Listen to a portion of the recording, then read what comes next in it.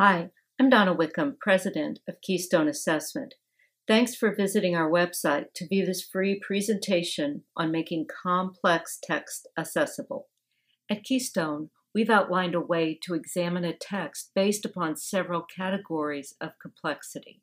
Then we've provided some ideas about other ways to present that text to increase accessibility for all students. You can view this presentation as many times as you like. And if you have any questions, please feel free to contact Debbie Taub or any Keystone staff member.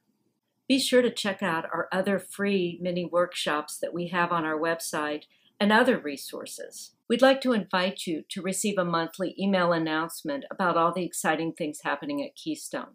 You can do that in two ways. You can either follow us on Twitter at Keystone Ed, or you can sign up with your email address at the bottom of our webpage. Thanks again for visiting Keystone. Hello, my name is Dr. Debbie Taub, and I am the Director of Research and Programs at Keystone Assessment. I'm here with a mini workshop on making complex text accessible, especially for students with extensive learning needs. Whether your state is moving to the Common Core State standards or not, text complexity is an important consideration for English language arts. Students with extensive learning needs, students with autism, intellectual disabilities, or other special needs often come to our classrooms reading well below grade level, or they may even be working only on sight words. Often these students require individualized supports in order to access and respond to texts, so the idea of text complexity may be a daunting one. The objectives of today's session are: articulate the difference between complexity and difficulty, identify and explain the components of text complexity, and identify a few ways to make complex text accessible for students with extensive learning needs. 21st century definitions of literacy include reading, writing, communicating, and making shared meaning of text. In this day and age, text transcends mere words on a piece of paper. Text may be books, articles, graphic novels, media, but it also encompasses illustrations, interactive media, and a plethora of other resources. A task might be quite difficult but very easy, just as a task may not be complex at all, but be very difficult. Sousa defines the terms this way: complexity is the thought process that the brain uses to deal with information. Difficulty is the amount of effort that the learner must expend within a level of complexity to accomplish a learning objective. Consider this example. In math, skip counting. So first, you skip count by twos. 2, 4, 6, 8, 10. The difficulty level is relatively easy. Now imagine that instead of skip counting by twos, you're skip counting by pi. Suddenly, the difficulty level for this task increased quite a bit, though the complexity level of the task remains the same. For literacy, text complexity is comprised of several components. This is a chart for helping to understand text complexity in literacy. We designed this chart based on the Common Core State Standards guidance on text complexity. On the left-hand side are the different categories of complexity that are addressed: levels of meaning, structure, graphics, language conventionality and clarity, and knowledge demands. On the right are the ways to move from less complex to more complex. We are going to look at text complexity related to a common social studies lesson, reading and understanding the Constitution of the United States of America. This may sound like an overwhelming prospect for students with extensive learning needs, so let's start by examining the text in relation to the components of text complexity. Once we see where the complexity derives, we can scale the difficulty and complexity of the text. The first component of text complexity is levels of meaning.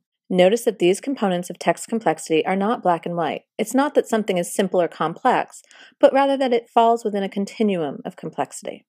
In terms of levels of meaning, the Constitution has an explicitly stated purpose. However, as is evident from our continued interpretations and reinterpretations of each amendment, there are multiple levels of meaning for each amendment. The structure of the text is explicit and even has clear headings to help make sense of the content. There are no graphics with the Constitution. This fact may be helpful for some texts, as some graphics actually make the text more complex, or it may not be helpful depending on the student and depending on the needs. Language conventionality is an area where the Constitution is particularly complex. It uses both archaic and academic language. Finally, the knowledge demands for this text are relatively high. While it does not refer to other texts, intertextuality, it does require some specific knowledge and background knowledge to help make sense of the text. In addition, for students with extensive learning needs, especially, the sheer density of this text may be very intimidating. So how does one make text accessible but maintain complexity for students with extensive learning needs? Rather than providing the Constitution as a solitary text, there are many ways to support student understanding. First, this text can be read to students to give them a feel for the language. Next, a less complex version might be provided. In this version, the complexity of language conventionality and clarity is more contemporary, but it is still complex.